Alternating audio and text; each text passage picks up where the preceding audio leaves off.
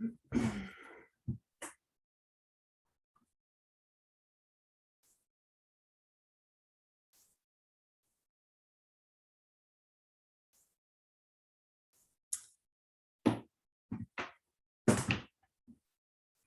good morning, good afternoon, everyone. Thank you for joining us. On behalf of the Centers for Medicare and Medicaid Services, the Administration for Community Living, and the Indian Health Service, I would like to welcome everyone to the Long-Term Services and Supports webinar series. My name is Krista Catron and I work for Kaufman and Associates. I'll be your moderator today. Today's webinar is the abuse of American Indian and Alaska Native elders and vulnerable adults. Before we begin today, I would like to highlight the main features of your Zoom webinar interface. First, the presentation slides are the main window, and the speakers will appear at the top above the presentation. At the bottom of your screen is the Zoom menu bar. Here you will find the Q&A box. We encourage you to use this feature to submit any questions at any point during the webinar. We would love to hear from you. We will leave time at the end for a Q&A segment to address all questions. At the bottom of your menu bar, you will also find a chat box. Please use the chat box to report any technical issues you may be experiencing. We will respond to those concerns as they come in. Another menu option is the raised hand icon. Please use this feature when you would like for us to unmute your line to ask a question aloud during the Q&A segment. Additionally, live captioning is available during today's broadcast. Simply click the CC icon from your bottom menu bar to use this feature. Finally, please be aware that today's webinar is being recorded and that the recording will be made available online on cms.gov. If you would like a copy of the slides sent to you directly, please email ltssinfo@kaufmaninc.com. We will also drop that into the chat box. With those announcements made, I would like to welcome everyone to today's webinar. Please note that this webinar series is supported by a contract awarded by the Centers for Medicare and Medicaid Services. The opinions, findings, conclusions, and recommendations expressed in the webinar are those of the presenters and do not necessarily represent the official position or policies of the Department of Health and Human Services or the Centers for Medicare and Medicaid Services. I would like to introduce our presenters for today's webinar. Jolie Crowder is the Senior Program Director with the International Association for Indigenous Aging. Kendra Keene is a Research and Policy Analyst for the International Association for Indigenous Aging. And Hallie Bongar-White, the Executive Director and Attorney at Law with the Southwest Center for Law and Policy, as well as the Dean for the National Tribal Trial College and the Executive Director of SafeStar. Without further ado, I will turn it over to Kendra Keene to go ahead and get us started. Thank you, Krista, and welcome. We are so pleased to be here. So we're going to discuss what LTSS should know about elder abuse in American Indian and Alaska Native elders, which is including physical abuse, sexual abuse, neglect, self-neglect, and exploitation. We're joined by a great panel. As was noted, you can put in your Q&A in the box and we'll be sure to answer as many as possible at the end of the presentation. But if we don't get to your question, we'll definitely follow up with you. So just so we get a great sense of where you all are from and who you serve, we encourage you to put your name, where you are, if you are with a tribe, what tribe you are with in the chat, and we'll look at those throughout. So I'm going to turn it over to Hallie Bongar-White to go over some basics. Good morning for those of you from Alaska and those of you in the Pacific time zone, such as myself, and good afternoon to the rest of y'all. I'm Hallie Bongar-White. I'm an attorney, and I also consider myself to be a victim advocate and an advocate for elders in Indian country. I am 0% Native American, zero. My family are immigrants who escaped Eastern Europe and genocide, and were welcomed onto the traditional lands of the Ho-Chunk peoples in Madison, Wisconsin. And I've been living for the past 35 years down here on the traditional lands of the Tana O'odham Nation. So I'm an attorney, I outed myself, but I'm going to speak as if I was a regular human being during this entire hour. And hopefully that would allow us to connect with each other a little bit better. So we're talking about elder abuse and neglect. And my specialty, fortunately or unfortunately, is sexual violence against elders. And it's actually pretty scary that we have to have a webinar on sexual abuse against elders. It's a pretty scary topic. It's a pretty ugly topic. We're going to delve into it a little bit during this hour. Afterwards, if you have questions or if you need additional training and technical assistance, you can contact us.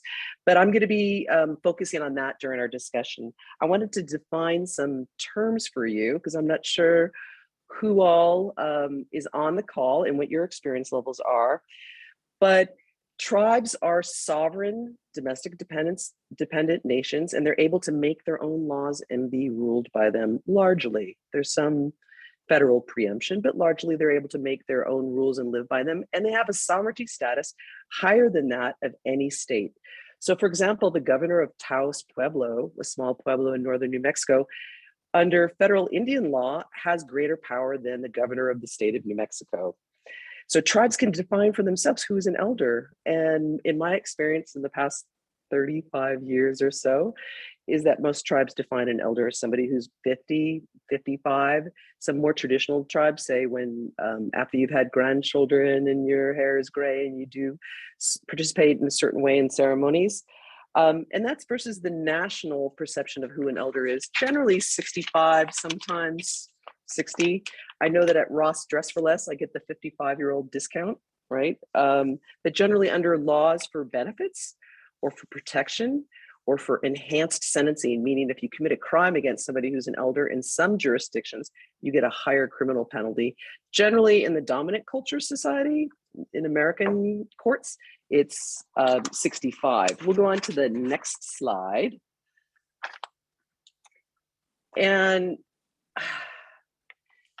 I'm coming to you this morning or this afternoon, depending on where you're sitting, and we're talking about raping elders.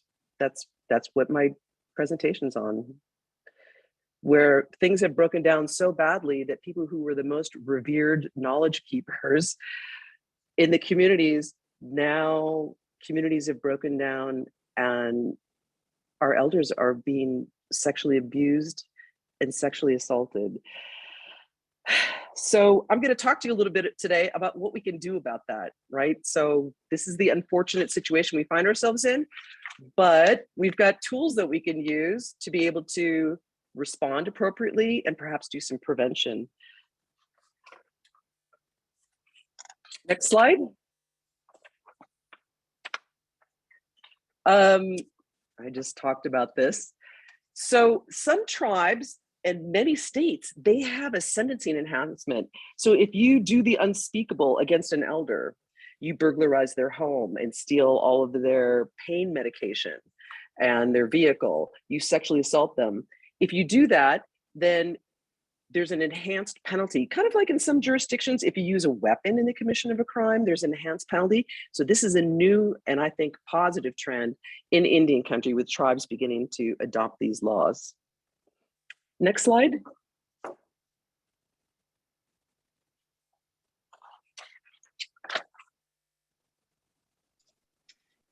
Thank you, Hallie, and I think we're going to turn it over to Jolie now. Awesome. Thank you so much. My name is Jolie. I work with the International Association for Indigenous Aging, and thanks to folks who are popping in their locations and titles and things from into the chat box. It looks like we have 70 attendees, and I've only seen like 10 people put their info in.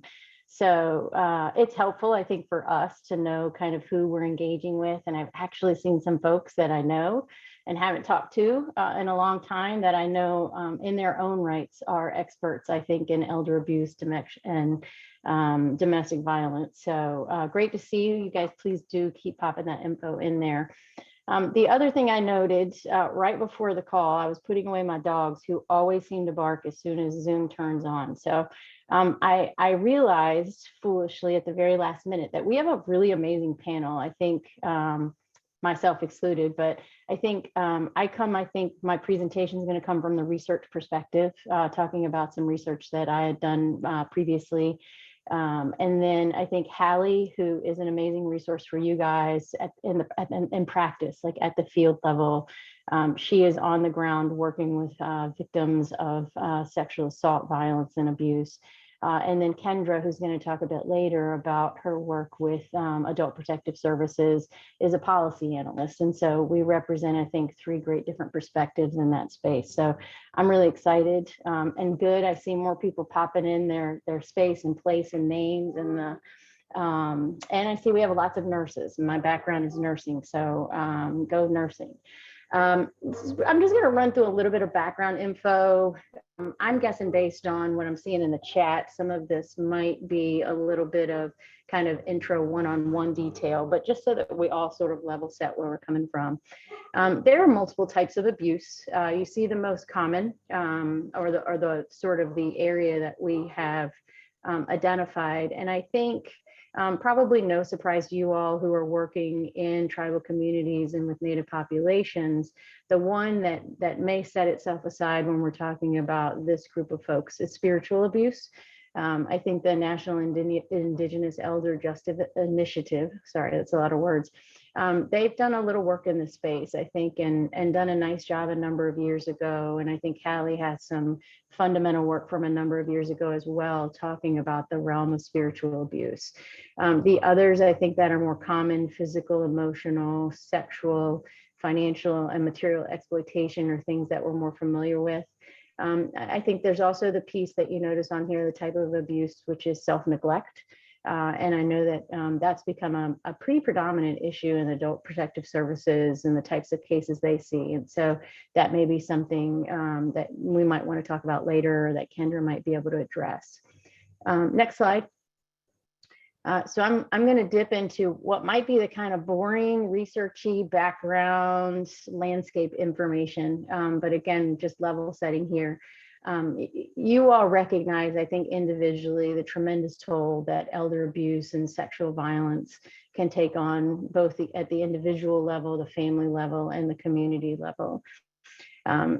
We, based on the sort of the best estimates of what we have, which was a study a number of years ago, it's estimated about 10% of older people in the United States experience elder abuse.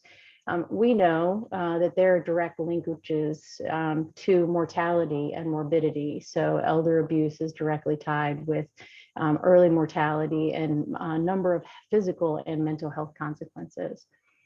Next slide. I already hit on the main point, which I think is sort of the leading story, which is at the end of the day, besides sort of the emotional trauma and losses, that it results in higher rates of death, and even abuse and exploitation, such as financial abuse and exploitation, has been tied to higher rates of death. And, you know, sort of if you chase in your mind mentally the causal chain, I think that you can see why that makes sense. You deplete somebody's resources, you take a huge mental and emotional toll, and they lose their will. And so either money to pay for care, access, or will can result in higher mortality rates. We know, and I think if anybody's on here who's heard my past presentations, that the impact of race on prevalence poorly understood. I think that's not only in the American Indian and Alaskan Native population, but especially in our population compared to other non-white populations. We also know little about the cultural context of race as a risk or protective factor. And what that means is we often hear about elders who are revered in their communities and society. I think emerging research, the little that's out there, is leaning towards that some of these things that we thought were protective factors for elders in their communities, such as respect, actually don't afford the protections that we think that it might. But there also may be other things. We did a study for the Vera Institute. We did a needs assessment, and the issue of culture as a protective factor in terms of cultural interventions and connectedness with culture as a means for providing protection and social isolation. Next slide.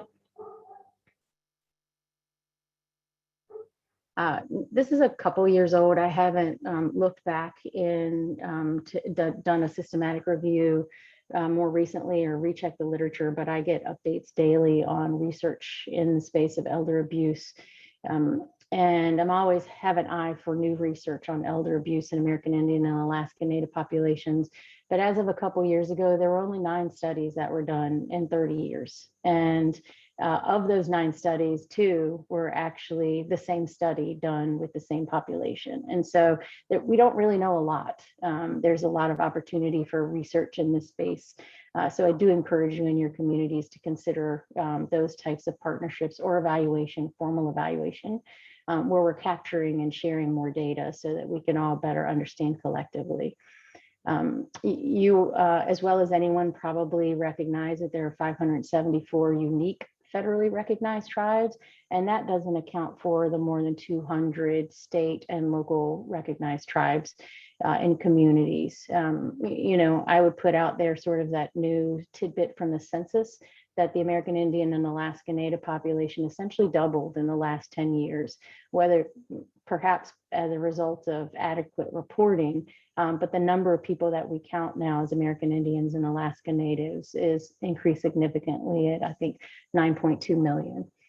Hallie touched on this when she was talking earlier about the importance of recognizing tribes as sovereign nations, which I think is an important principle, but I think we also recognize that when you have a sovereign nation that's situated in a county or across a county, or in some instances across countries, when you have a tribe, for instance, that might be situated, tribal members in both Canada and the US, it leads to a complex jurisdictional system, and law enforcement is tricky. You know, Hallie probably can, I believe, talks about that more later about, you know, who has jurisdiction in those spaces, but it's a challenge and one that we heard from providers at the local level. There are a lot of intra-tribal differences in cultures and communities. So both the context of who reveres and doesn't revere systems, social determinants of health, for instance, what the demographics look like in your community, the levels of poverty or not, vary dramatically from one community to the next. And then I think we recognize that there are some generalities we can make about cultural beliefs. For instance, spirituality, regard for and connection to our lands, and respect for elders. There are some generalizations you can make, but then when you go tribe to tribe, we actually find that these cultural beliefs differ as well. So next slide. We see here this concept, Dr. Carson and Linda Carson and Dr. J. Neil Henderson, who is the other author on this particular chapter in a book that came out a couple of years ago. And we had the good fortune to work with Dr. Carson on our needs assessment on elder abuse, and Dr. Henderson is a board member and works with us on our Alzheimer's and dementia work. In this book chapter, while the focus was on diabetes, I was struck by this concept of multiple jeopardy. And I think that it applies well beyond any specific health domain or issue, in that American Indian and Alaska Native people have higher risk of many suspected predictors of abuse, or it could be predictors of any type of particular health issue, such as poverty, low education, poor health, and substance abuse. The second point is the context of historical trauma, forced acculturation, relocation, boarding schools, and assimilation. I think historical trauma also coupled with current traumas that we'll look at a little data later that we find are far more likely to occur in American Indian and Alaska Native populations. And then finally, the third of the triad of multiple jeopardy is institutionalized discrimination and racism. So those structural issues that create the downstream impact and impact things like poverty, low education, and that lead to, in some instances, poverty, abuse. Next slide. I found in my research just sort of dipping a toe in the pool, I suppose, if you will, that, our focus is elder abuse, but it's really cast in the light of a lifelong history of violence in Native populations. There is research that shows child abuse rates as high as 77%. The vast majority of American Indian and Alaska Native women and men have experienced some form of violence in their lifetime. And 40% of American Indian and Alaska Native women have experienced violence in the last year. Next slide.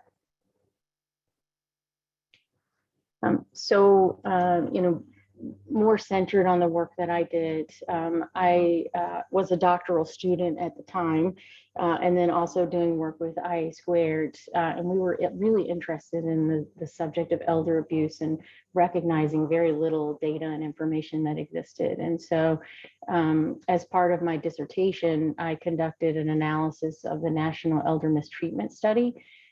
It's a number of years old. However, if you remember that 10% figure that I put out earlier, that figure is derived from this study, and it's still the largest national study in the US to date.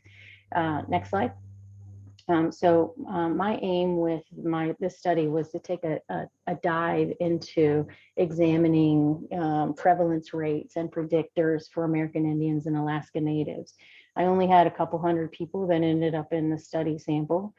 However, at the time that I did that work, it was, again, unfortunately, the largest sample population of any study, and the first that looked at a national sample, which means that you have the capacity to generalize findings from this study and prevalence rates in those and the like. So the next two slides, it's a lot, and it's a lot of data. I am of the belief that I like to provide more than less so that you could take it home and digest, ruminate, and for those of you looking for facts and figures for research grants or for grants and work in your community, this may provide some insight there. So I looked at multiple types of abuse and exploitation. And so on this table, I'm just going to orient you guys, and this will apply for all of them. If you look at prevalence of financial exploitation by race, which is the table that's on the left, the figure on the left, you'll see that I looked at each type of abuse in multiple different time frames in a couple of different ways. There's three bars that you'll see. The first are rates for the American Indian and Alaska Native population. The second is Black or African American population. And the third are white or Caucasian population. And this will apply for each of those. So as we look, for instance, you can just focus on that center chart. I also had the opportunity in hindsight to ask some new questions of the data that we had. And one of the things I was interested in was not just was someone financially exploited, but reporting financial exploitation, but were they financially exploited by a family member for whom they rely on assistance. And so this is assistance with ADL, self-care, and just sort of management of their daily life. And if you look at this chart, what you'll see is 32% of American Indian and Alaska Natives who indicated that they are the most vulnerable, if you will, because they rely on others for assistance, reported that they had experienced some form of financial exploitation or abuse. There's a couple other data points on there about financial exploitation by family and then financial exploitation by strangers. If you just keep your eyes on that chart and look at the columns for financial exploitation by stranger, I'll point out that as you look at most of these slides, there are some outliers here, but what I saw across the different types of abuse and exploitation is this stair-step effect. So if you look at financial exploitation by a stranger, you see that American Indians and Alaska Natives had the highest reported prevalence of that type of financial exploitation. And then Blacks and African Americans stair-step down, and then white population even further in terms of our lower rates. And that kind of applies generally. There are outliers, like I said, like the one about financial exploitation amongst those who rely on assistance. The slide on the right looks at neglect. rates. Then we can flip to the next slide. On this particular slide, a lot of data, kind of cue into the things that are of greatest interest to you, but the top left shows you prevalence of emotional mistreatment. The top right is prevalence of physical abuse. The bottom left is prevalence of sexual assault, which I think is particularly relevant for today's conversation. And then the bottom right is, again, a new analysis that I conducted as part of this study, which was looking at the prevalence of polyvictimization. And for those of you who don't know, polyvictimization is when a person experiences more than one type of abuse in the same time frame. And so if you look bottom right in that polyvictimization chart, you'll see that nearly 30% of elders in the data set experienced more than one form of abuse at the same time. So it might have been emotional and physical, or sexual and physical. And I think that's something I think that you need to keep in mind when working with elders, is they come with a history, they come with a lifelong history, and oftentimes it's not just one single form of abuse in this space. Next slide. So of all of that data and all of those charts, this is just kind of some summary findings about predictors. And predictors could be either protective factors, so things that exist that protect you from, statistically speaking, protect you from a certain type of abuse, and then risk factors, so maybe the negative things that might occur. When I looked across all the different types of abuse, protective factors tended to be older age. So the older someone was, the more likely they were to have experienced abuse in the near term. Not surprisingly, male gender was a protective factor for lifetime experience of sexual abuse. And then another one, which is really sort of the rock star finding in the original study, is social support. And so for those who reported higher levels of social support and connectivity, they were less likely to experience 3 types of abuse that I looked at.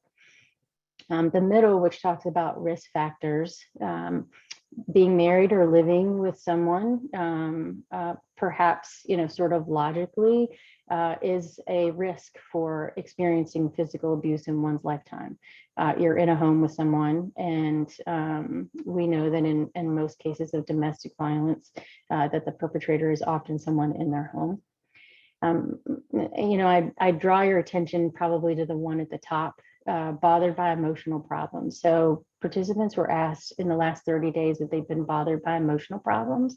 Asking this question and then looking at the data, it predicted 5 different types of abuse. So not even just asking, have you been abused, but asking, do you have emotional problems that have bothered you in the last 30 days, predicted abuse. And we had really high rates of historical trauma, as in current trauma in the course of someone's lifetime. And that was either the event itself or some other traumatic event in their life was predictive of different types of abuse. On the right, the things that were kind of surprising, and I think, everybody does research in different ways, and whether things are a risk or protective factor or statistically significant can vary depending on the study. But the things that were surprising, at least for me, was no matter how I cut income levels, even going to the poverty level, it didn't predict abuse within the American Indian and Alaska Native population. No matter how I cut education, what level of education, it didn't predict any type of abuse. Poor overall health was also not statistically significant for any type of abuse in my analysis. Next slide. I would caveat that to say that I think we definitely need more research in this space. I don't think this is the definitive be all to end all, but I do think that it gives us opportunity to look at and examine data in different ways. Summary of findings. I probably need to speed up because we have a lot of great slides. So I'm gonna put on my not Southern hat and try to talk a little faster and lose my drawl so that you can actually understand what I'm saying. But no surprise, the socioeconomic profile of American Indian and Alaska Native elders differed significantly from that of white respondents. That means, on the whole, that income levels are different, education levels are different, those sorts of measures are significantly different across virtually every variable that I looked at. Big number here, abuse is 1.5 to 7.5 times more prevalent among American Indian and Alaska Native elders compared with whites for all types of abuse. The only exception was potential neglect in this space. So 1.5 to 7.5 times more likely to occur in American Indian and Alaska Natives, depending on the type of abuse. I'd already talked about the polyvictimization rates as a point of consideration for you, I think, in how the types of services and how you provide services to individuals, and also the high rates of trauma. And that could be violent crimes, but also natural disaster, or any situation in which people fear for their lives. Next slide. Another sort of big finding here is the cumulative rate of the types of abuse that you see on there, sort of the big types of abuse, was 33%. This was double what it was in the original study of the US general population. So 33% of the elders in this study had experienced some form of abuse in the past year. We already talked about the question about emotional problems being a predictor of abuse, and the real value of social support as being a consistent protective factor for elders when it comes to abuse. I think if anything that has come to light with COVID, I think we've found that the impact of social isolation is traumatic, especially in the context of COVID, but even before COVID. Issues of social isolation and lack of support had major implications for folks. Next slide. I tried to make this as like simple as I could, because it's even confusing for me to kind of relay the words. And so the apples to oranges, the things that predict abuse and the different types of abuse they're not the same between whites and Native American populations. So what predicts physical violence in American Indians and Alaska Natives differ than what predicts physical abuse in white populations. And more importantly, the things that predict all of those types of abuse that we talked about earlier differ. And so you can't universally say that social support predicts all types and all forms of abuse or is a protective factor for all types of abuse, because it really varied by abuse type. And I think what it leads you to is the conclusion that we really need to consider and examine each type of abuse individually, probably at the researcher level, perhaps not at the practitioner level, as we think about the clients that we're dealing with. Next slide. And that's it for my rodeo show. So I'm going to turn it back over to the amazing Hallie Bungar-White to take it from here. Well, I'm going to just sing your praises, Dr. Crowder, because we need your data. We need your research. I want to just stand on the mountaintops and scream that we don't have sufficient data. We just don't have it. So I go around, I'm your grassroots gal. I'm the one who's just running around tribal communities, working with law enforcement and health providers and social services, and if they have adult protective services and courts. And what I have found is that when we ask people in their communities, we go in and we'll be presenting for like 400 or 500 people, and we'll ask them, what percentage of you have been sexually abused as children, suffered sexual abuse as an adult, or sexual assault as an adult? What percentage would you guess in your community of the people who suffer that? And the most common response that we get is 90%. And we have been in communities where I've been speaking in front of hundreds of people, and people raise their hand and they say 100% of all the people in this community, elders, children, young men, all of us have been sexually abused in this community. So from where I sit, and I did poorly in statistics and don't quite understand that, but we need the data in order to be able to put funding in the right place and have the right solution. So I want to give a shout out for, please, we should get more data and more funding for that. Another issue with the data is that we don't capture in criminal arena, we don't capture American Indian, Alaska Native victims for a lot of crimes. So they're lumped under the other category. So it's very hard to kind of parse out what is the rate of victimization for American Indians, Alaska Natives, but we do know that American Indians and Alaska Natives suffer the highest rates at 2.5 times the rate of all other populations in the country. They suffer the highest rate of domestic violence, highest rate of sexual assault, and the highest rate of stalking. So we've got this huge, in my opinion, we have this huge pool of American Indian, Alaska Native elders who have suffered sexual abuses, children, domestic violence, they're being sexually exploited or sexually abused as elders, right? And it's not being reported and it's not being captured. So why is that? Part of it is, I think, that we're not capturing the fact that when someone does report that they're American Indian and Alaska Native, that's a huge one. And another thing is that I think there's just a general reluctance to report. So I'm non-Indian, I'm married into the Potawatomis. I got a whole bunch of Potawatomi kids and grandkids, and I feel very comfortable moving around tribal communities. And so maybe that's why people open up to me and tell me about when they were sexually abused from the age of 5 to 12 at boarding school.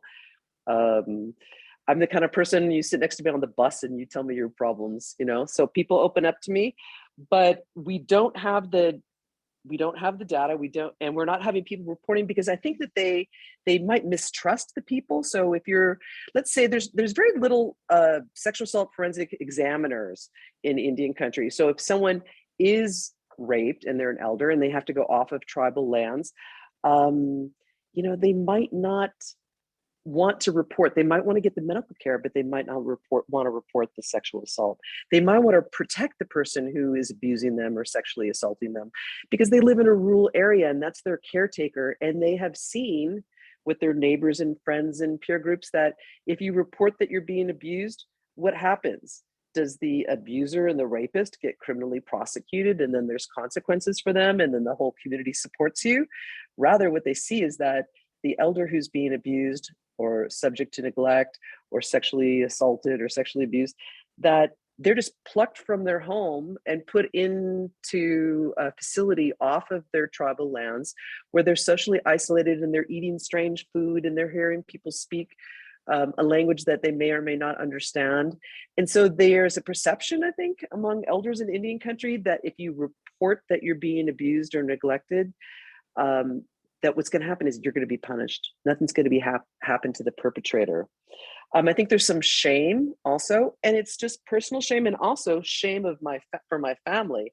The fact that here, especially for male victims of abuse and neglect, you'll have someone who is a person of status in their community, and then they become old and frail. It can be very hard for male victims to report. They're embarrassed, they're ashamed. Sometimes they want to protect the reputation of their family. And then sometimes they don't even realize, especially with financial abuse and exploitation, they may not realize that it is a crime to have your grandson ask you to co-sign a loan for their vehicle and then he crashes it and doesn't pay for it and you're on the hook. It is a crime if someone takes your Social Security check every month. So they may not realize because they're used to sharing their resources. And then it can be uncomfortable to report to somebody who you don't know, you might be afraid of, right? They come from a different culture. They're from the state or they're from the feds. So all of those factor into the low numbers that we have. May I have the next slide, please? Also, poverty is rampant on tribal lands. And so, I'm focusing mostly on Indian country. We have a lot of Native people who live in cities and in rural areas and live off of tribal lands. So a lot of these things apply to you too. But a lot of elders think that they just can't. They can't financially leave their situation, or they have some personal care needs. They're in a chair and they need toilet transfers. They think that their needs are not going to be met. And so they just don't want to report. They would rather suffer the abuse. and stay in place. There's a general fear of law enforcement, I would say, of state law enforcement and federal law enforcement. And then also, I think there's a general fear of losing your self-determination, losing your sovereignty. We talk about tribal sovereignty and the right of tribal nations to make their own laws and be governed by them, but also as an elder, right, losing your power, feeling powerless, and like anyone can come and just take things from you. It's devastating, it's powerful, and we need to do better to ensure that we're protecting the elders, we're allowing them to remain in place in their own homes and providing services for them while removing the perpetrators and having consequences against them. Next slide, please. So a lot of Native Americans, and this is in the cities and also on tribal lands, they're unaware that elder abuse or what's happening to them might be a crime, and they're unaware of any resources for them. So even if it is happening to them, who cares? Who are they going to report to? There are very few adult protective services agencies on tribal lands. And I see that there's a lot of people from states on this call. So you all from states, people who live on tribal lands are citizens both of their tribe and of their state, right? So Tana-Atam person, they're a citizen of the Tana-Atam Nation, and then also the state of Arizona, who has certain obligations. And a lot of tribes are beginning to work collaboratively with state adult protective services for victims in their communities.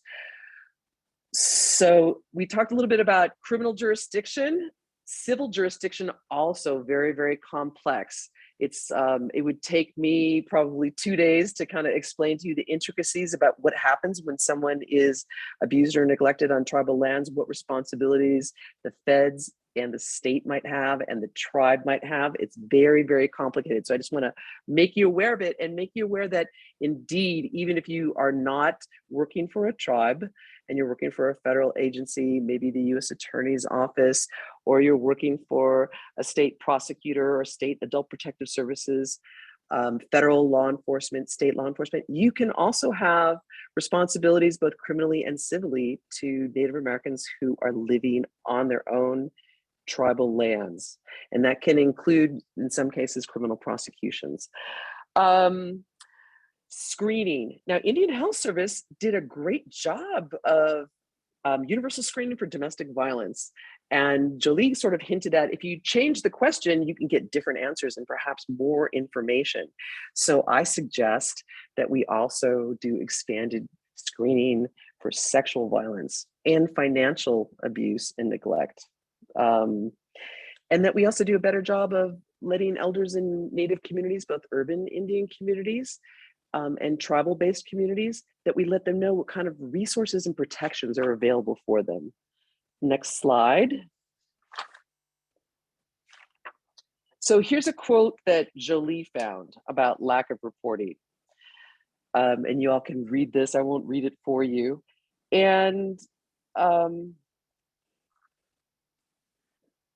feel like I'm like beating the same dead horse on this one, but it goes to community education. It goes to going to places where elders congregate.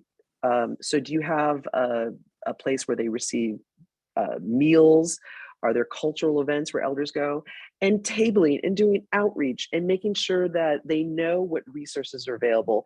Those of you from the States, I think it's always a really good idea to go and meet your counterparts on tribal lands so that you're speaking to law enforcement, health services providers, social services providers, community health aides, and you're explaining how it is that the state can be a good partner and a good ally and a good collaborator and provide services.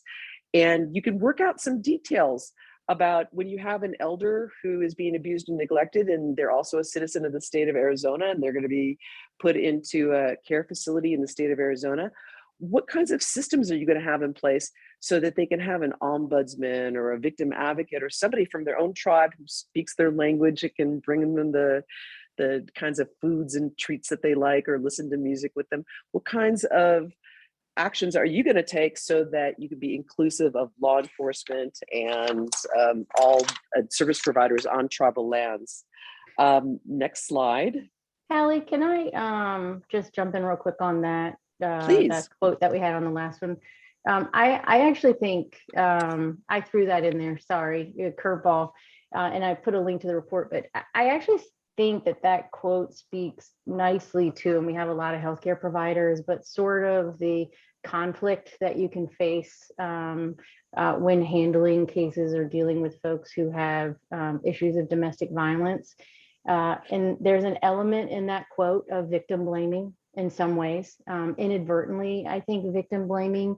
I think it also speaks to self-determination that we talked about, which can be really hard as a healthcare provider, for instance, as someone who always wants to fix the issue, that the individual still does have the right to choose or not to proceed forward in a case.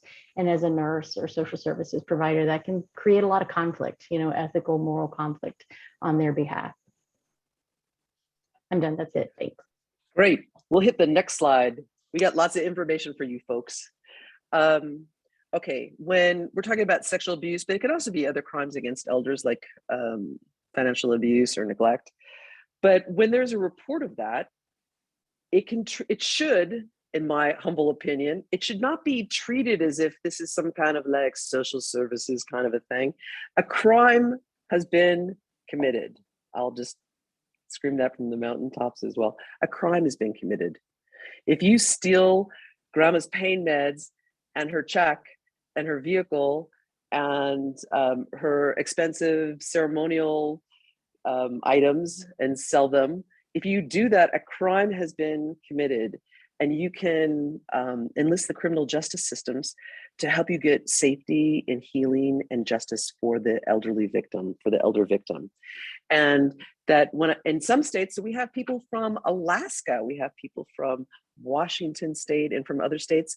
Check with your jurisdiction. Some states have jurisdiction, criminal jurisdiction over crimes committed on tribal lands. Out here in Arizona, the tribes would have criminal jurisdiction and the feds.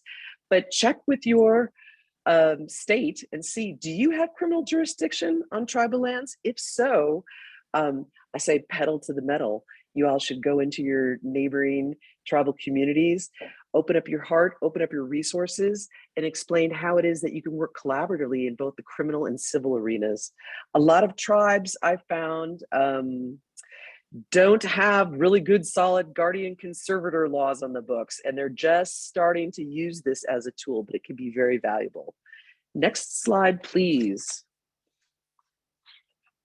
Here's a little poster for you guys to steal if you so desire. So this is an example of like outreach that we do in tribal communities. And so this is the 4 C's of consensual sex. What we're trying to explain to people is what is sexual assault? A lot of people don't realize that they've been sexually assaulted. So we try to do outreach in tribal communities that someone has to be competent. So if you have dementia, you may not be able to consent to have sexual contact, right? If you're unconscious because you're intoxicated or you're in a coma, you cannot consent to sexual contact. You must be of a certain age. Most of the time it's 18 in a lot of tribal communities and in states. And there must not be any coercion. So you can't force somebody to have sex. So just this is an example of some kind of like community education. If we're going to be doing prevention work for sexual violence, or we want people to seek services, is to explain to people what is sexual violence, and we can go into more depth about whether penetration is needed and those kinds of things. But this is an example of just like a very basic community education on this form of abuse. Next slide, please. This is an example of the complexity of prosecuting these cases criminally, and I've already confessed that I'm a huge proponent of holding folks accountable. I think it does have a deterrent effect in tribal communities if they see that grandson is being criminally prosecuted for what they did to grandma. I think it has a very strong effect in tribal communities, and that tribes on tribal lands can prosecute folks. The feds, depending on the nature of the crime, if it's if it's rape or if it's homicide or if it's some kind of an aggravated assault with a weapon that involves loss of a limb, those kinds of things, the feds can come in. In some states, the states can prosecute. So just kind of generally be aware of who's got criminal jurisdiction on tribal lands, whether, right? And if the person's living in the city, right? If they're living in Chicago or Dallas, then we may not have those issues and the state just can go ahead and prosecute them. And then be aware of whether the tribes have civil codes for guardianships and conservatorships that are going to be able to help them, and whether the laws allow those people on tribal lands to access state courts, criminal courts and civil courts in order to be able to have justice. All right, next slide, please. I'm going to brag on one of our local tribes, the Pasquayaki tribe down the street from me. So what they do, which I think is genius, is they have their elder center, and the elder center is big and nice and has lots of rooms, and they realized it had an extra office. So what they did is they put a tribal police officer in one of the extra beautiful offices at the elder center. So that cop was there every day, going into the office, saying hi to the elders. They would have birthday parties once a month. He would sit and eat cake and talk to them. And what they found was the rate of reporting on elder abuse exponentially raised. The rate of elders who were accessing services exponentially raised. And the only difference that they could attribute it to was cop at his office at the elderly center and was saying hello and how do you do and playing cards and stuff like that. And they felt more comfortable. So I just wanted to show that as a promising practice and something that I think that could do well for you. I think that we're running low, so I want to go pretty quickly and just hit the next slide so that I don't abuse my co-presenters. If you're a healthcare practitioner, make yourself aware of what the signs are of abuse and neglect. If an elder presents with chlamydia, gonorrhea, or syphilis, they have had sexual contact with somebody. If they have dementia or Alzheimer's or they're in a coma and they present with chlamydia, you know that they've gotten it from sexual contact with somebody. It's presumably non-consensual since they're unconscious. Law enforcement should be called in. We'll go to the next slide. I'm going to do a self-promotion on the National Tribal Trial College. So if you have any desire to litigate on behalf of elders or behalf of anyone in tribal courts, please consider attending the National Tribal Trial College. We teach you, without a law degree, we teach you in 6 months how to be able to litigate the most common civil legal needs of people in Indian country. So divorce, child custody, guardianships, conservatorships, and some victim rights. And I'm going to turn it over to the next speaker, the next slide. Thank you, Hallie. So yeah, there we go. So hi, I'm Kendra Keene. In addition to IA Squared, I actually work with the National Adult Protective Services Association. So in the very short time left we have, I'm going to run through a few quick things, and I'll say we actually have some, it looks like we have some of our tribal adult protective services programs on here. So thanks so much for joining. So just to run through, adult protective services, wherever it is, investigates abuse, neglect, exploitation of older adults and persons with disabilities. Not all of them do persons with disabilities, as well as self-neglect. And as I mentioned, several tribes have established their own APS programs. One of the goals of both NAPSA and IA Squared is to increase that number because you know your elders best, as Hallie talked a lot about, and you know, any jurisdictional challenges, whether it's between APS and tribes or even between countries, that's really helpful for tribes to have their own APS program. So actually, speaking of which, right now, there is some potential federal proposals to increase funding to help tribes with that. And then we want to note that APS should be notified immediately in cases where there is elder sexual abuse or other forms of abuse. Next slide, please.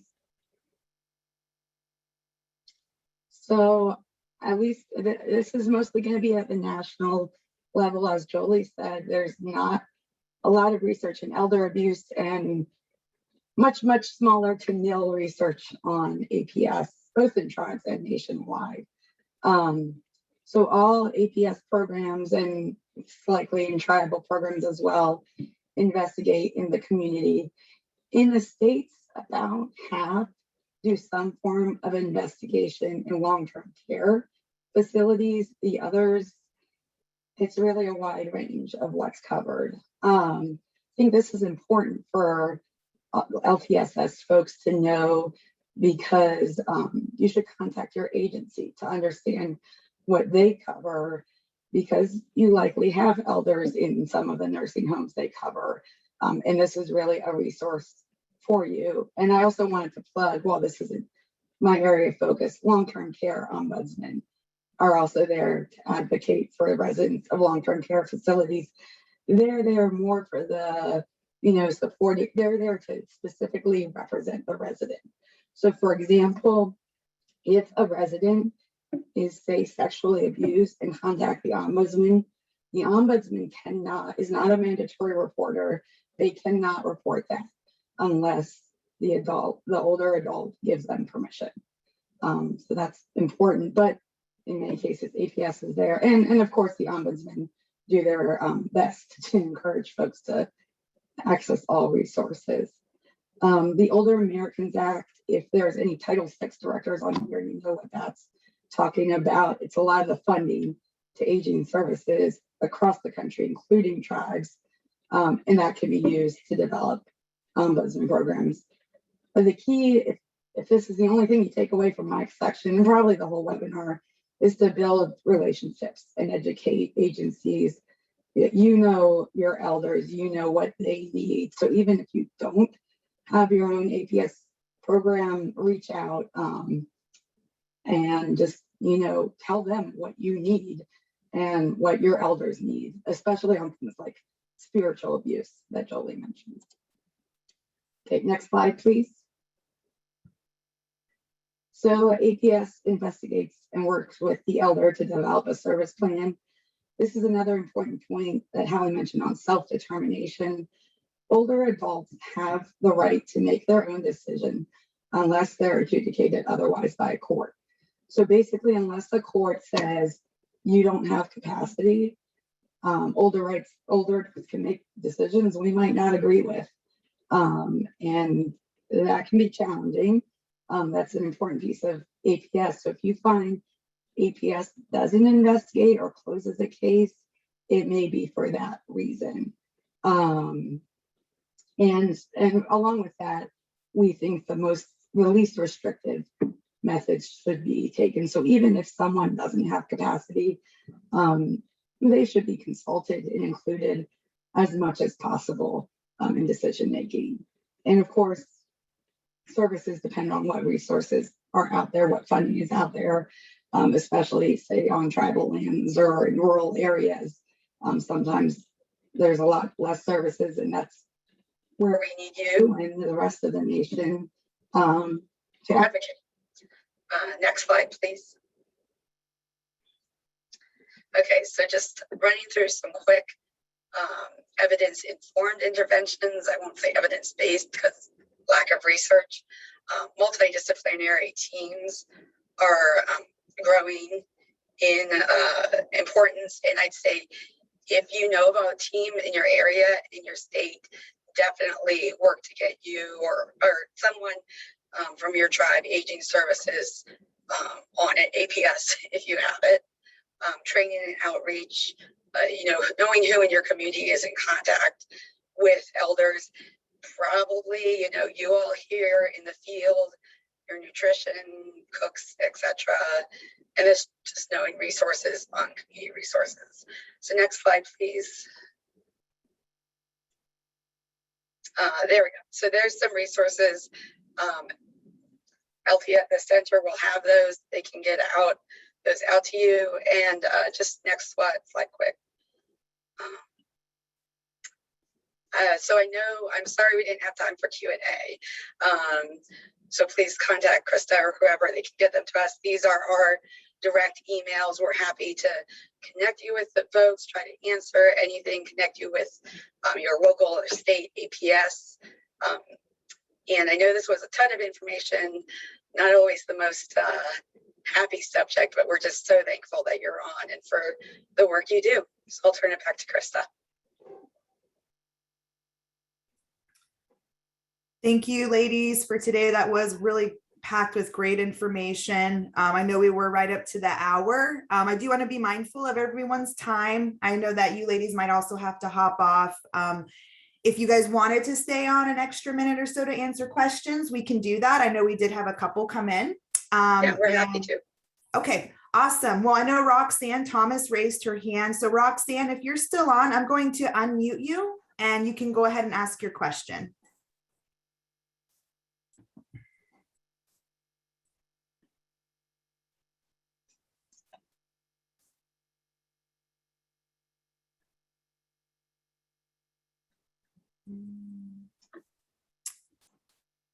Poor Roxanne, she had her hand up so long, she probably forgot her hand was up. We could circle back if you're still in, Roxanne. Please just raise your hand or type in the Q&A box. I do think maybe you did address it, Hallie, what Jolie had typed in there, but was just wondering if folks can call or contact you or your staff with cases or even tribal codes. I know we had some people who are drafting tribal codes, which seems like an ongoing, lasting thing. So yeah, I could kind of turn it back over to you for that one. Great. Yes, you can contact me, and our phone number is 520-623-8192. I'll repeat, 520-623-8192. And so our current funding does training for folks who are practicing in Indian country, so law enforcement, victim advocates, prosecutors, and judges. And then we do help tribes. We do have a crew of people, of lawyers, who do draft codes for tribes. We also can assist states if you want to make contacts with people in your state. Sometimes we're afraid and we're siloed, and it's uncomfortable to go to your neighbor, and you don't know if they're going to like you or not. So we can, try to facilitate introductions and let you know who it is that you could chat with to get things done. So absolutely, you can email us and call us with whatever needs that you have, and we'll try to help you out. All right, and I did see Roxanne put her hand back up. So I have unmuted you, Roxanne. You might double check also your little mute button, make sure that the little red slash is gone, and then you can verbalize your question. Hello, can you hear me? Yes, we can. Okay, sorry, I was having Good. trouble with my buttons like the whole time, but so I didn't have a question, but my first thought of this was like, this was one of the best presentations I've heard in a really long time on elder abuse. So, I mean, that was kind of my general thought about that. So thank you to the presenters. Thank you.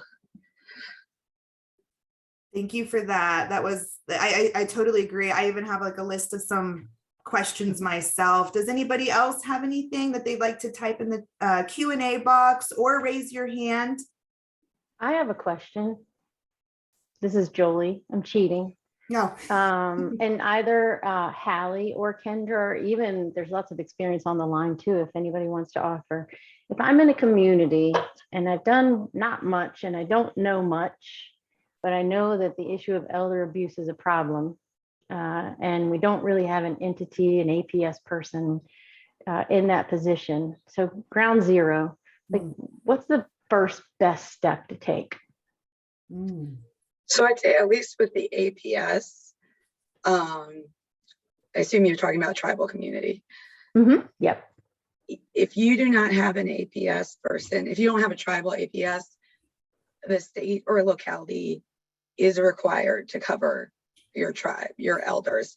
And that's where I say the relationships are key, to get to know them before and know who they are before that call, that crisis comes, because that's when you can educate them on, the culture, what are the specific needs of your elders. And so they are a resource, but they're also a resource, I think, that will need to be educated. Mm. I'm gonna say read Jolie's work.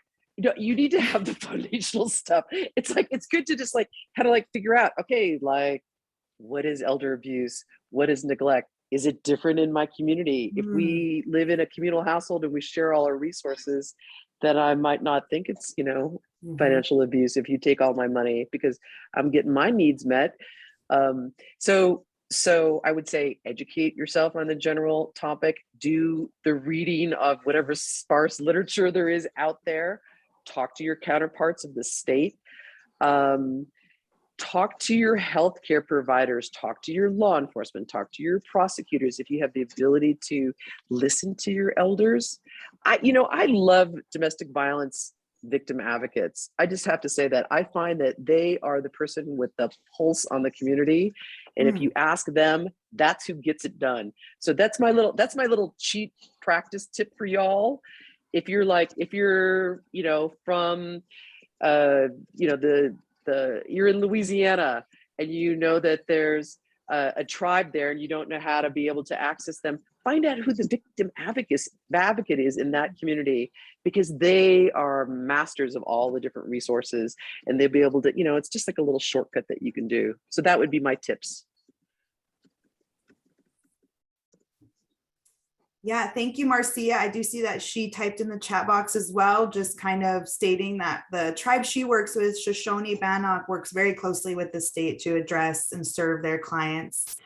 I kind of have a question too, maybe while some might be coming in. Do you ever see a conflict of investigating? So let's say the tribe does have an APS.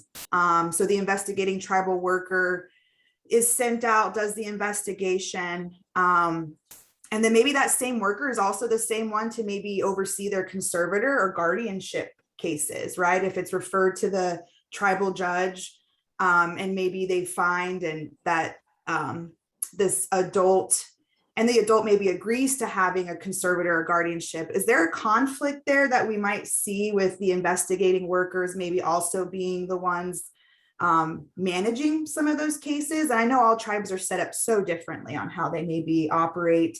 And that was kind of one based off of some things that I've seen or experienced. So I'm just kind of curious what your thoughts are. Hallie, I don't know, from a legal perspective, do you have any thoughts on that? Well,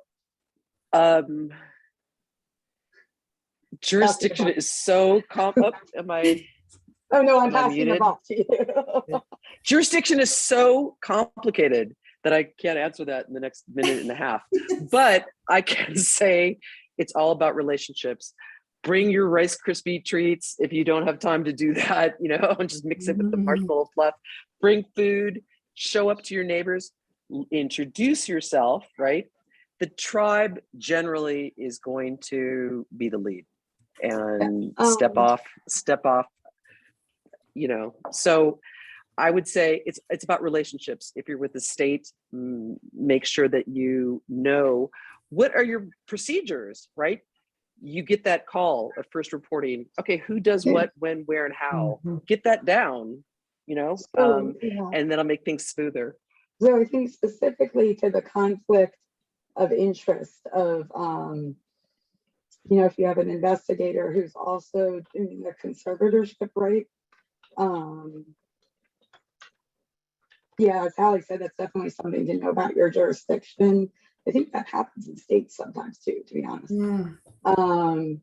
I'll say the bigger, not conflict of interest, but one of the challenges that we see, not just in tribes, but also in rural areas and small towns, is, you know, that everyone knows everyone. It is everyone else's business. And not in a bad way, but it can make it difficult and challenging. And I see Marcia, I think, might be able to speak to that question as well. She looks like she's off mute and has her hand up. Marcia? Hi, good afternoon. It's nice to, great presentation, by the way, great information. You know, here for the Shoshone-Bannock tribes, many times that in the past 12 years that I've been here, there's a lot of times that we have to do referrals to the state level because of the fact that, we have a little over 7,000 tribal members, maybe a little under. And sometimes, we have 5 districts and we will have family members that, I'll get referrals that are related to me. And so I will generally refer that off to, like maybe have adult protection in for the state come in and, kind of coincide with me, explain about that. The jurisdiction over the banking institutions as well. When it comes to our guardianships, like right now, we're in the process of establishing our board of guardians for the elders.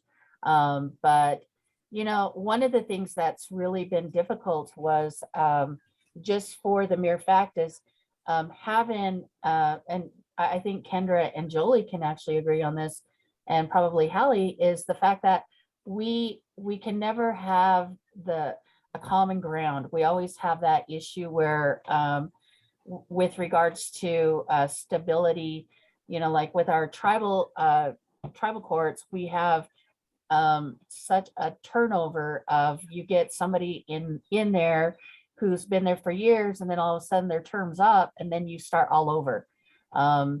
And so a lot of times, in the past, we always went off of the whole specifics of traditions, customs and traditions in tribal court. And then when you go to and then when you go to the state court, it's something different. So that's one of the things that we kind of have a little difficulty when we do referrals, to the state level. People don't understand on the tribal, we have both the conservator and the guardian all rolled into one, where you go to state, then it's 2 separate components. And so that's where some of our issues come up. So yeah, but struggle. Yeah. You keep going forward. So, but yeah. Thanks, Marcia. I appreciate that You're welcome. insight. And if we still have some participants on, and if you do have to hop off, please hop off. We do want to be mindful of your prior obligations. Thank you, Hallie. If there are any nurses in the group, I know Jolie said she's curious maybe about perspectives on this issue as well, conflicts of interest, investigating, conservatorship, guardianship, or anything like that. So if anybody wants or has anything else they want to contribute to that specific conversation, or if you have anything else you want to ask, this is your time. Maybe while we're queuing up some of the folks on the line who might be interested, I'll put out there, we'd welcome the opportunity. I think collectively, if there's interest in another session or even just kind of a facilitated discussion on the topic.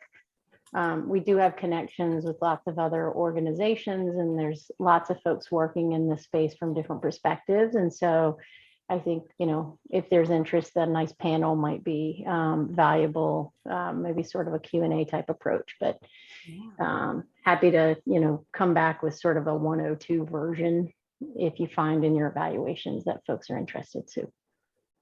Awesome. Thank you for that. All right. We might have worn everybody out. We may have, like I said, the hour, it seems long, and then it goes by so quick with such great information, and you guys really did cover a lot. So looks like we do have some participants hopping off too. So I think we'll go ahead and round down if we don't see anything else. So yes, thank you all for being here today. And again, we will have this on the CMS website. You can also email the LTSS info at kaufmaninc.com. I did put that in the chat box as well. Let me find it again so I can copy it in there so it's a little bit easier to find and you don't have to go digging. I will pop it in there now. So that way, if you would like the slides or you have any other further questions, or you're interested in kind of like a part 2 Q&A discussion, we can maybe see the feasibility of that and maybe have another series of this. So yeah, thank you all again. We do appreciate your time. Thank you. Have a good day.